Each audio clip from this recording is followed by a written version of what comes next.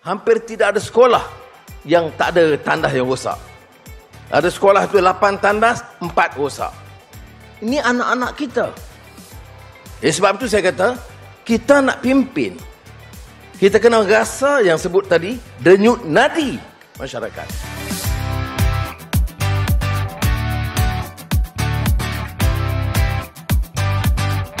Pelaksanaan projek penyelenggaraan tandas membabitkan 8,306 sekolah kerajaan dan 48 institut pendidikan bukan sekolah di seluruh negara, di mana sebanyak RM70,000 diperuntukkan kepada setiap sekolah kerajaan dan RM200,000 untuk institut pendidikan bukan sekolah.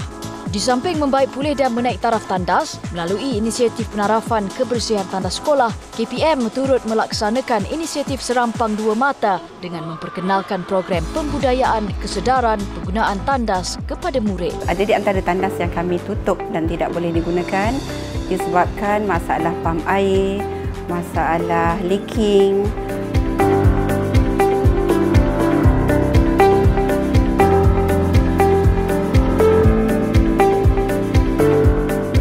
Ratus 14 buah sekolah di PPD Ulu Langat. Antaranya sekolah SK Bandar Baru Bangi lah yang dah 100% buat lebih awal daripada kita punya timeline lah. Kalau ikutkan kita beri masa tempoh 8 minggu untuk siapkan projek. So kita berada dalam minggu kedua.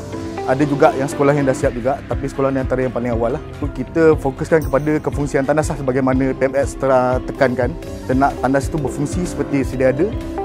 Mana pintu ada, tombol ada, apa semua yang boleh berfungsi. Tandas tu tak tersumbat, itu yang kita tekankan lah. Setiap sekolah yang kami pergi, kami akan tekankan benda. Mana sekolah-sekolah yang melibatkan tandas dia dah berfungsi dengan cantik, mana kita akan fokus pada keceriaan lah.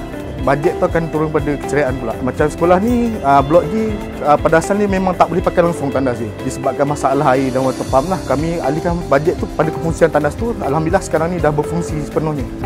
Okey, secara amnya saya amat bersetujulah dengan program inisiatif seperti ini kerana aktivitinya bukan sahaja dapat menjamin kebersihan tandas di sekolah, tapi kita juga dapat mendidik anak-anak untuk mendisiplinkan anak-anak menjaga kebersihan, menggunakan tandas dengan betul dan juga penjagaannya yang betul lah. Saya sangat terima kasih kepada Negaraan Madani dan pihak sekolah kerana menyediakan tanah baru dan selesa untuk kami gunakan.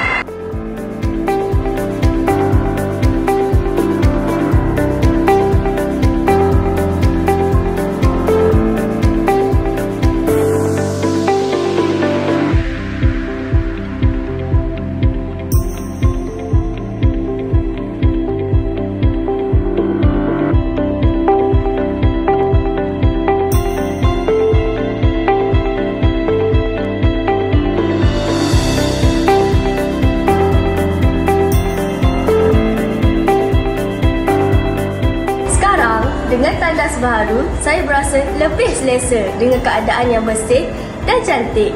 Terima kasih KPM atas penyediaan tandas ini kepada murid dan guru.